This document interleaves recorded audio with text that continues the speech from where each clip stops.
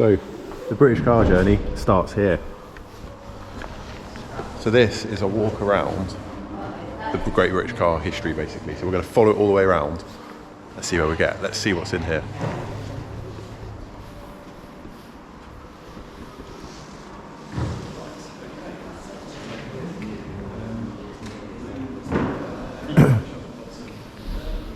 I think one thing to definitely note is cars are a lot smaller. Yeah. These are like, well, this is a two-seater sports car, but that was a family car. That's like an estate of its era. An Austin 7 Swallow, 1930.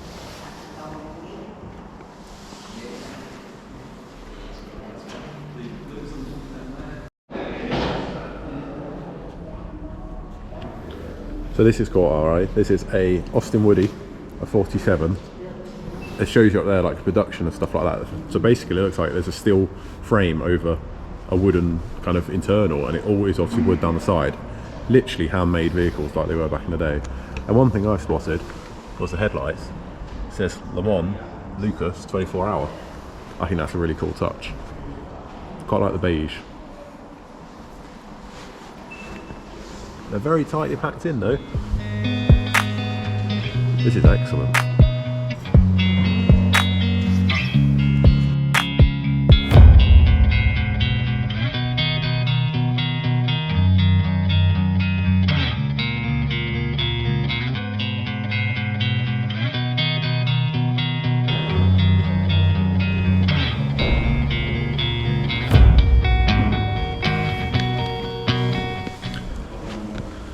So we've spotted this, and me and Jack both agreed this is like the gangster car of the day, isn't it? So check this out, and you'll see inside here. So quite a plush interior, little baby chandelier almost. The design of that, how well the camera picks up on that, but that is proper mad looking. And then in the back, you got your little footrests that pull up. You got trays in the back of the seats. Look at that. And then the door, suicide door. Curtains. Look at them. This is really cool. And it has to be said, like all the cars in here, they're really well prepared. Like some museum cars and stuff like that, you can see they don't move, but apparently all these do run and stuff like that. And they all kind of get cycled around and actually used and put into the workshop and once over. And this is cool. This is an Austin 16, a 1934 Austin 16. So we're kind of into, you've got the 40s, 50s, then you've got 30s. I think we're going to start moving now into the 50s more. So it's literally a walk through British car history. It is really cool. It is really cool. What a cool place. I will put a link in the description to Great British Car Journey, and make sure you book it as a day out. It is well worth coming. So I've been here once before, but I've wanted to pick up the camera for ages, and they've given me permission to pick up the camera and have a wander around. So yeah, let's go.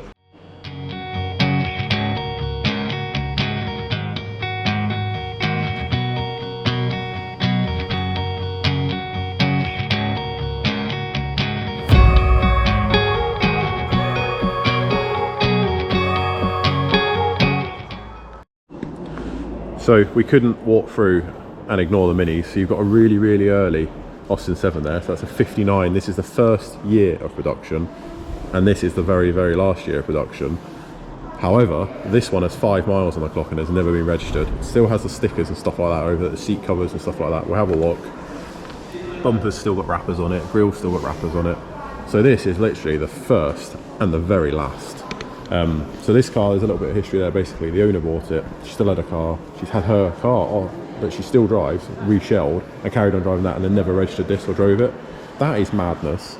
So this is a late Mini, and some of you on the channel will know that I prefer the earlier stuff, but you know, this is untouched. You could never really register this. You'd devalue it massively. So we just look peered in. It's got the Rover stuff all over the seats. Look, 5 miles on the clock. All of these like truck shipment labels and stuff like that. Still got the wrappers on that. It really is stuck in time. It really is. I mean, I bet we could find some rust on it, but what a time warp. And then you've got, it couldn't be further away from it, just how basic it is in comparison at 59. Really, really cool to see these together. Then you've got another one there, it's a 63 Deluxe. You got a Traveller 65 and a Clubman and a Mini 30. So there's quite a few minis here. So those big fans of Simpsons Classics channel that like a Mini, there's plenty of them to see here as well. So, and you can actually drive one or two. I think actually might be 3 of them you can actually rent and drive. Not these ones, there's some outside that you can drive. So yeah, that's pretty cool, isn't it? But pretty mad to see these two together, and along with some of the old banners and stuff like that. I've got that one somewhere. Really, really cool. So a gent's just walked past who watches the channel, so thank you very much. And he's pointed out these I didn't notice. They're a really weird hubcap. Look how far they stick out. One other thing I did notice, my Clubman's got this grille, this lock. Doesn't work, admittedly, but it has got a lock on the grille. But yeah, nice to see a Clubman. And then you got a Mini 30 here. This is probably a low mileage one. Given the fact it's got no number plates on it, and I imagine it's probably going to be a very low mileage car. 14 miles. So yeah, it's another car that's not been driven. It's mad, but they're still out there. So as we walk into another era, like the 60s, the 70s, 80s, cars are starting to get a little bit newer. Admittedly, you can see where the design was very, they enjoyed building cars then, and they start getting a bit more bland. I mean, that's a pretty car, but you can see where things start getting bland. Beautiful, beautiful. Is that a Daimler? That's a Vanden Plas. Wow, that's pretty cool. Rare, we'll get to that. Then you got the E-Type, which I'm sorry is one of the prettiest cars in the world. I believe this is a Welsh build car. Yep, a Gilburn Invader.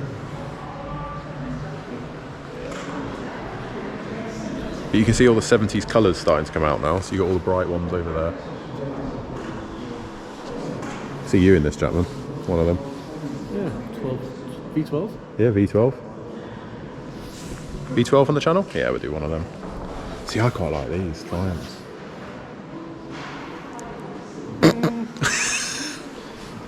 MX-5 engine in it.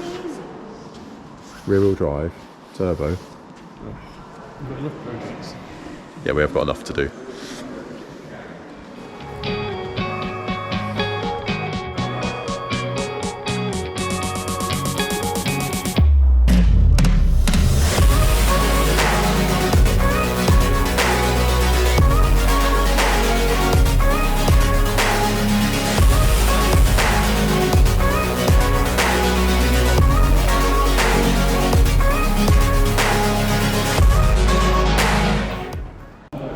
So this is a car that's just caught mine and Jackman's eyes.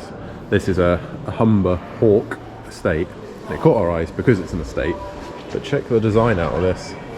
Just how the rear window curves round. And a split tailgate. Lovely colour as well. Awesome bench seat. I need a car with a bench seat. I think an American truck maybe one day. We never know. You can dream. Look at that. Very, very clean. That must have been reupholstered, it's so tidy. What a lovely design.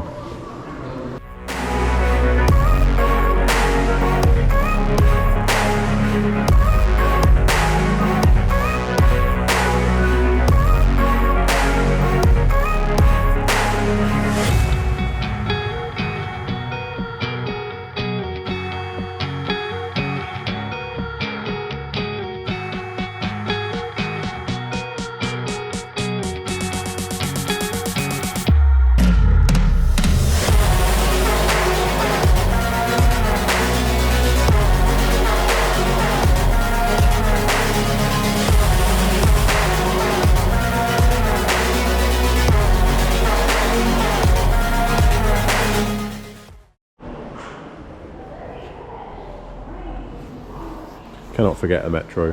What a lovely little thing. Another little Mini hiding there. XR2 Fiesta. MG Metro. Lovely shade of green.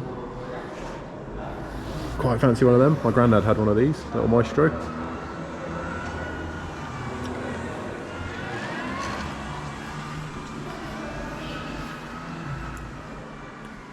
Even more modern now. So there's actually a Paul Smith Mini here.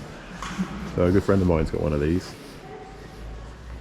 He's got one that's been to the John Cooper garage as well. We'll try and get that on the channel one day. That'd be quite a cool thing. But yeah, that's a lovely example. So imagine this is probably another low miler. Yeah, 48,000. It's been used, which is good. Really cool cars. Yeah, lovely Lotus there.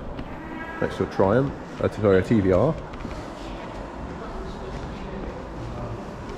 That is enormous. That is massive, isn't it? 5-door Aston. Talking my language. And the sunroofs to the back passengers. Lovely colour as well. Rolls Royce.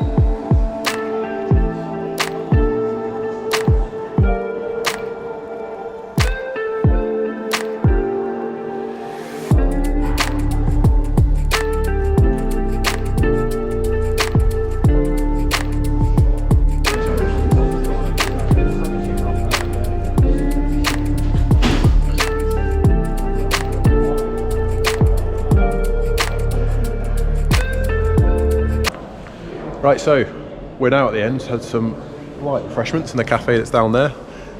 This is a really good walk through British car history, and it's been yeah, it always gives you project ideas doing stuff like this. So we all know, if you follow the channel, there it is. We want a Morris Minor one day on the channel. Probably not one of them, but we would like one day.